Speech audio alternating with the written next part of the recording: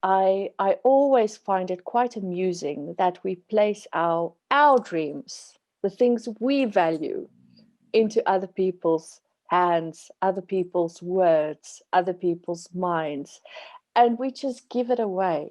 We just give it to them and say, you have the power over my dream. And I think if I can tell my younger self something, it would be like a lion. Protect your dream. Hello and welcome to the Write the Book Inside You podcast. Tips, tools and interviews for coaches and healers like you who want to write a non-fiction book to boost your visibility, clients and cash flow while making a difference. I'm your host, Caryl Westmore, a multi-published author and energy psychology tapping book coach. Now let's jump into today's episode.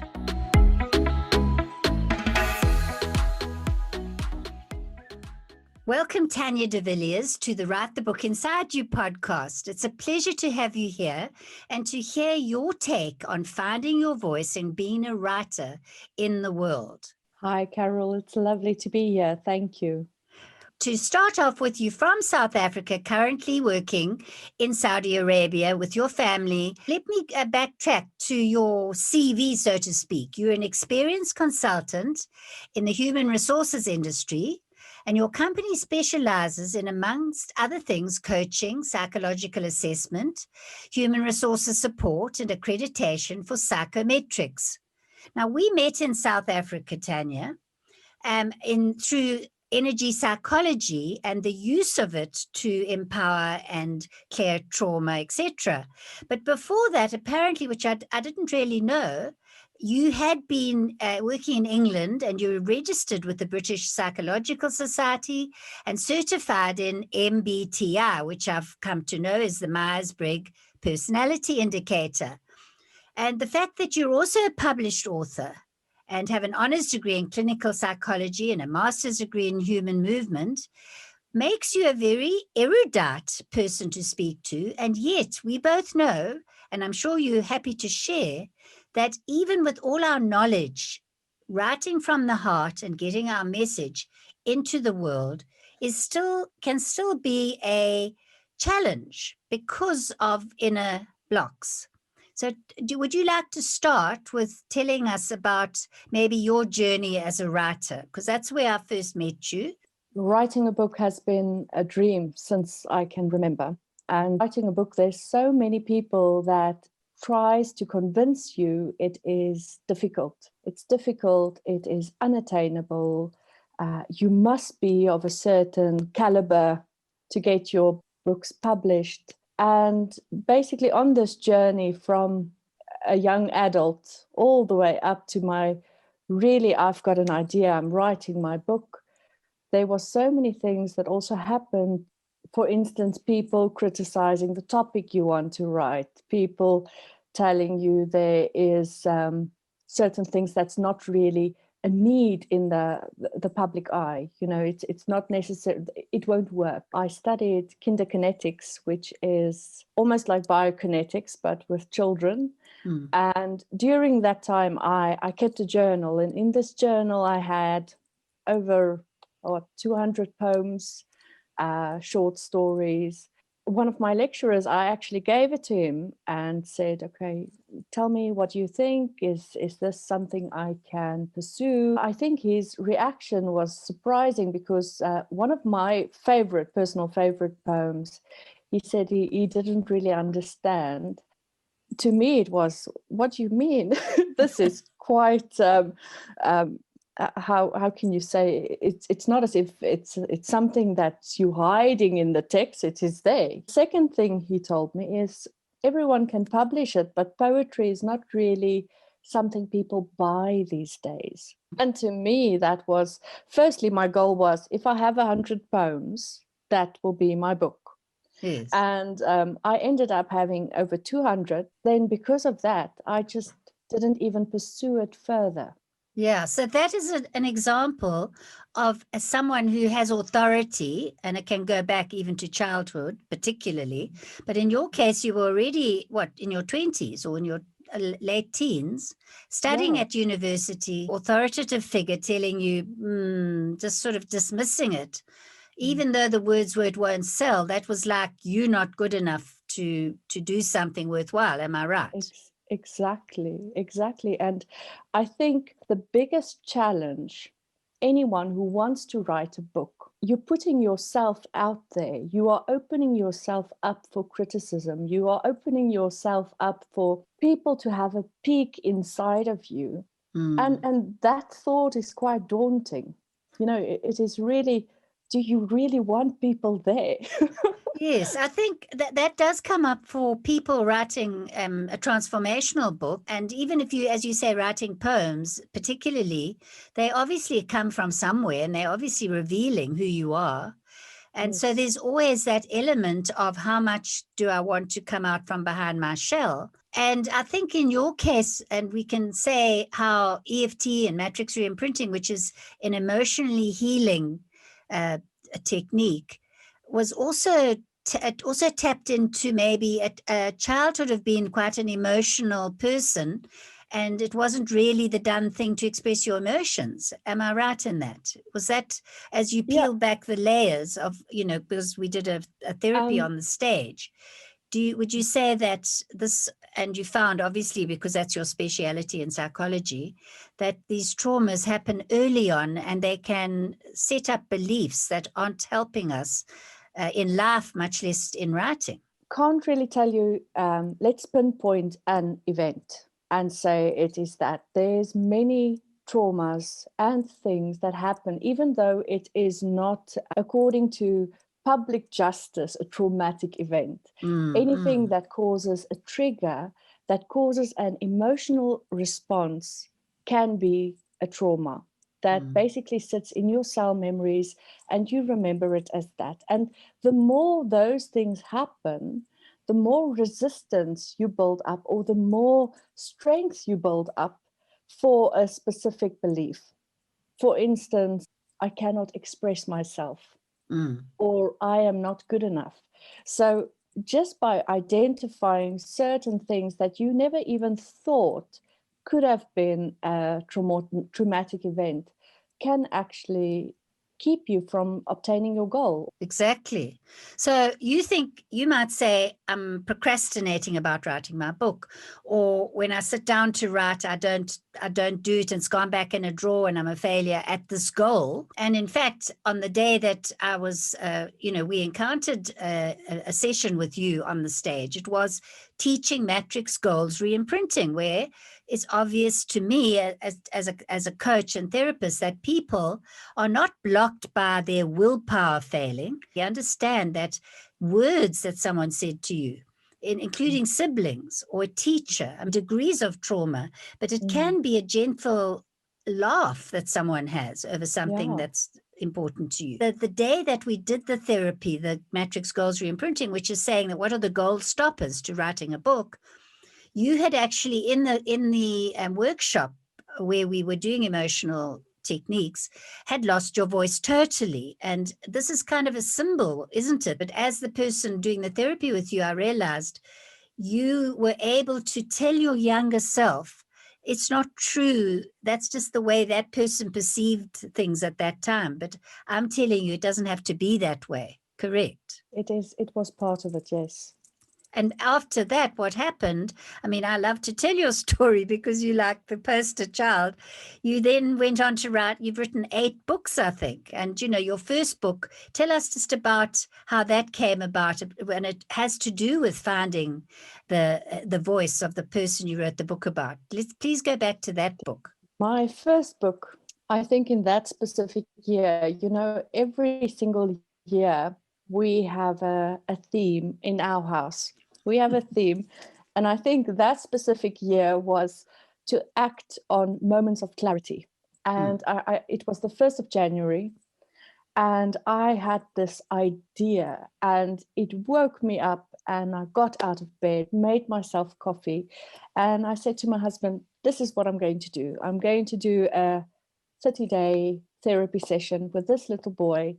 And this is my plan, not really even thinking that that is going to be my first book. Mm. I have a moment of clarity. I'm acting on it. And from that specific event, so many amazing things happened. I met you. I had the opportunity to attend the Matrix Reimprinting with Carl Dawson.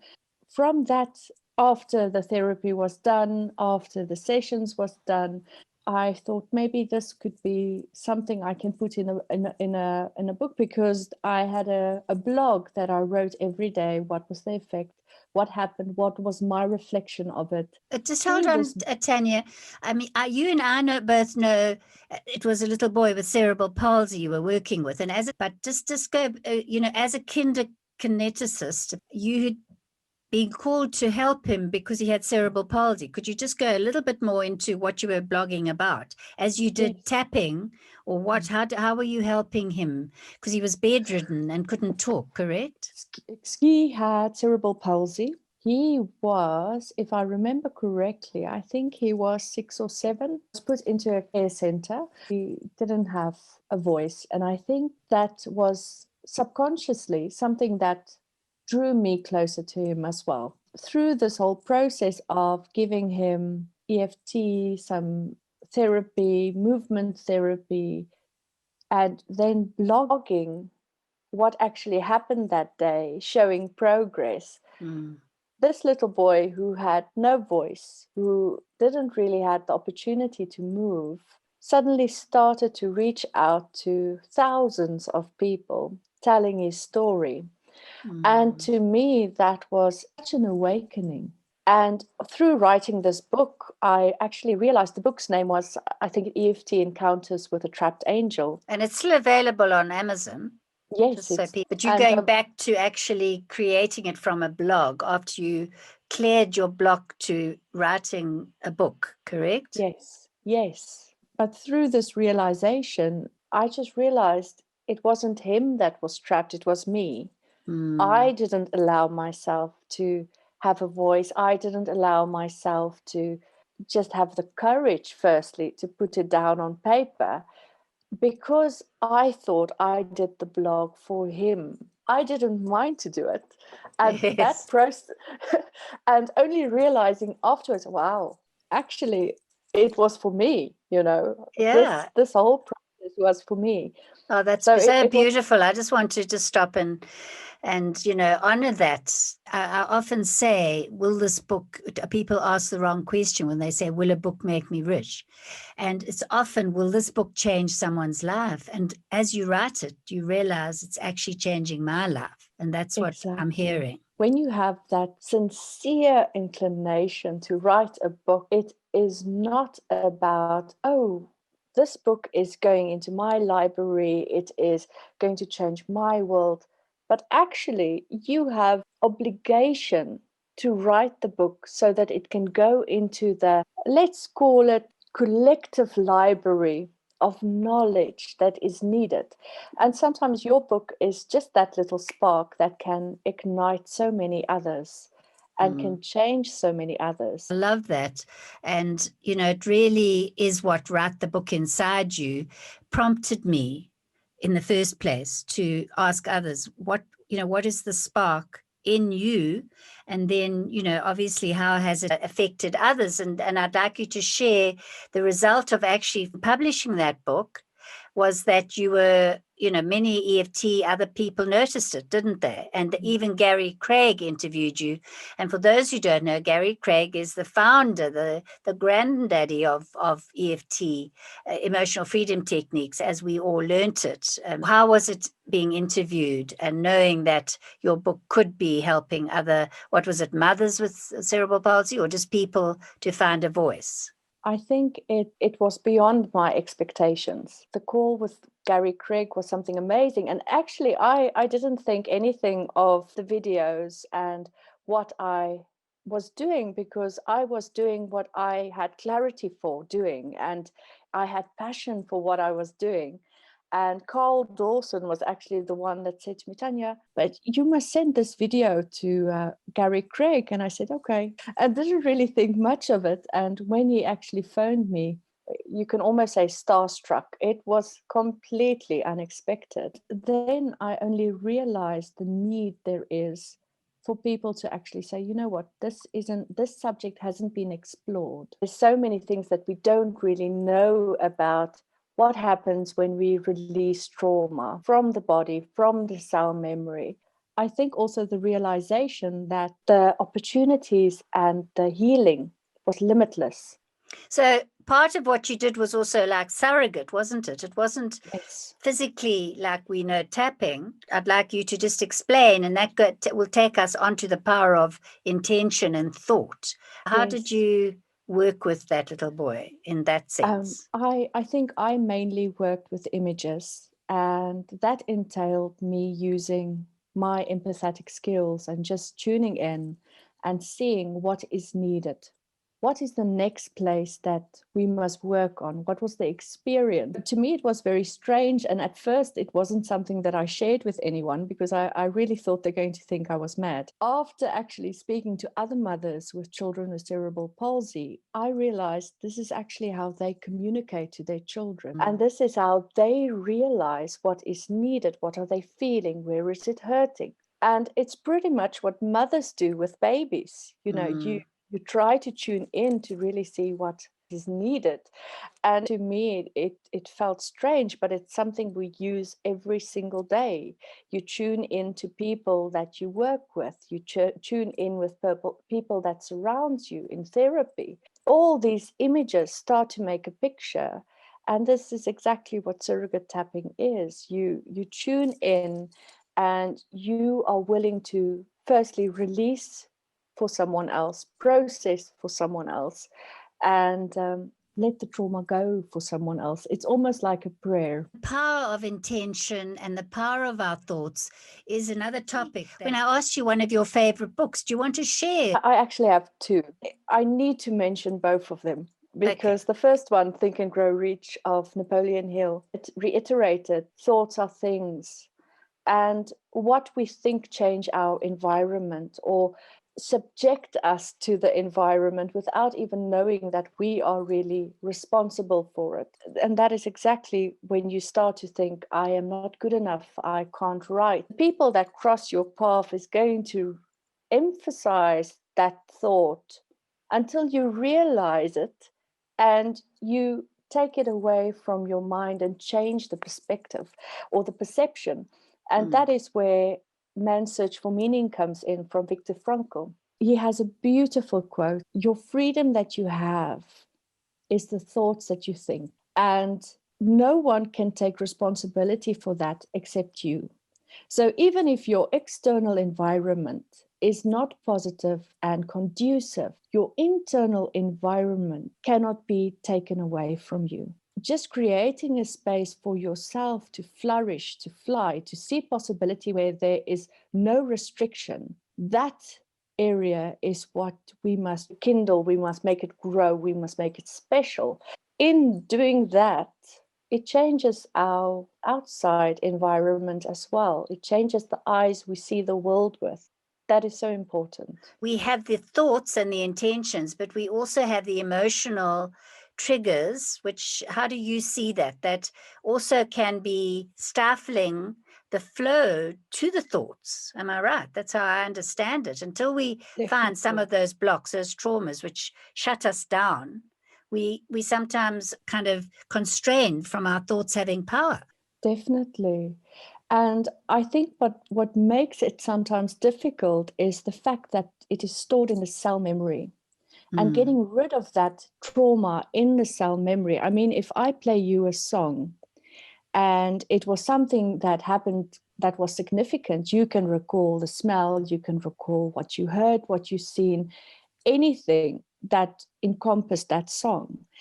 And that is exactly the same with trauma in our body. So although we have power over our thoughts, there might be some, I want to call it lies, that keep us from seeing the truth. So there's always the truth, and then there's the perception.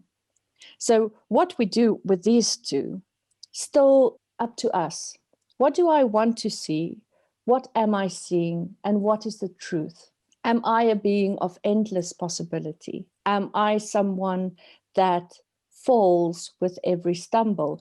And another quote, once you know your why, the how doesn't really matter. And I think for each and every one to answer that question, why do I want to do this? Or why am I doing what I am doing? And really just emphasizing that in your life, then how you obtain it or attain it doesn't really matter. We have the set path that we set. I must get a degree, I must do this, then I get a job, and then so we make our own path according to what has been taught to us. But when we feel passionate about something, that path might change in an instant. Our life. Yeah, and I think to go back to your first book and the subsequent books, which you then wrote, and from someone who just had the dream, you certainly continued to allow your writing spirit, your heart, to produce other books. We want to tell us about your other books. Oh, yes. I think what inspired me to write these books, someone once told me that if you can explain your concept to a 3-year-old child, you are completely aware and an expert in your field. And I truly believe that. I believe that if you can take complex situations, complex theories, and break it down so that even a child can understand, that is when it starts to have value. But the moment we keep the theories up here, we keep it only for a selected group, a group that speaks the same language. So to me, it was very important that my child, and she was 3 at that stage, or 4 actually, that she can understand what it means to have a bully inside of you. It doesn't mean you are a bully.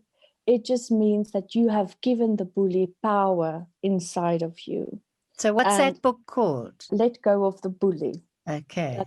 Yes. So you were bringing what we've been talking about at one level down to a child's level to show her about the power of her intentions, her thoughts, and the reality that is coming towards her, and not being a victim herself. Is that right? Yes, definitely. And also teaching them how important it is. We need emotions. Emotions aren't good or bad. We need it. Emotions is actually good to have. And once you understand your emotions, you won't shame yourself for having them. Yeah, that's a big thing, isn't it? That maybe our society, also, I don't know whether more in South Africa than other places in the world, but there was a whole generation where, expressing your feelings too strongly was not really the done thing for children. Was that what you're saying? And yes. It continues at school as well, I'm sure, Yes, definitely. to keep. Yes. So when you wrote a book series for children using some of your knowledge as a psychologist and as a is that movement therapist, is that right? Yes, kinderkineticist. Yeah, and then about where you are now working in Saudi Arabia and how that's come to be. Got here in a very surprising way, Caryl. And it was very unexpected. My husband, an unfortunate incident happened, and that basically just changed our future view. And we said, okay, we're going to Saudi because our family is not going to be apart. And my husband can't work there and I work in South Africa. So we basically packed up, sold everything and moved. It was so freeing and it was so frightening because firstly, everything that we thought defined us or defined me, my business, what am I doing, my reputation, my books, all of that, not even to speak about the possessions, the possessions you had. I think my greatest gift was to come to a new country with nothing and just to say, you know what, I've got a blank canvas. Who am I? And I must tell you, it is almost like standing naked in public because you must reassess, who am I? What is important? What do I know? yes, just go with that and see who you truly are. And So you have then morphed into this role with HR, but yes, in your heart of hearts, are you still a writer who's writing a book? Tell I us think about that.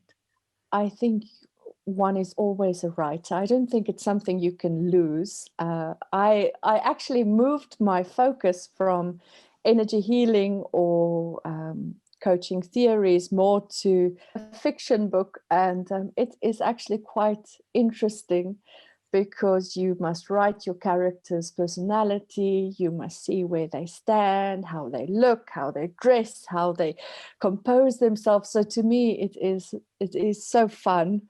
And it's a new direction of your writing. But it's funny, we were talking earlier about your expertise in the Myers-Briggs personality assessment. And you said something that's made me quite curious to explore, can be not only applied, and you can tell us maybe the 4 types of personality that are identified. I know it's based on the work of Jung, but then developed and used in business. But what about as a writer, perhaps a fiction writer? Just let's explore that. What are the 4 types of personality, and how would you as a writer define yourself and others? And then how would you use it for your characters? I think for a writer, I am not really a big fan of putting people into boxes, Caryl. But Okay. what is fascinating to me about developing characters is, are they extroverts, are they introverts, are they thinkers or feelers, are they sensors or intuitives or judges or perceivers? And to me, that is quite exciting to just say, okay, I am going to put my little character into that box, but also according to your own personality. And what would you tell your younger self when she told you, I want to be a writer? Firstly, I think what I will tell to future writers and to anyone who wants to write, I, a few years ago, had a group of aspiring young writers, which were between the ages of 6 and 14, I think. It boiled down to just do it. If you want to write a book, just do it. As easy as that. What I will say to my younger self is, be more determined, be more fired up, passionate, driven. Do not be so easily swayed, and just go for it. I always find it quite amusing that we place our dreams, the things we value, into other people's hands, other people's words, other people's minds, and we just give it away. We just give it to them and say, you have the power over my dream. And I think if I can tell my younger self something, it would be like a lion.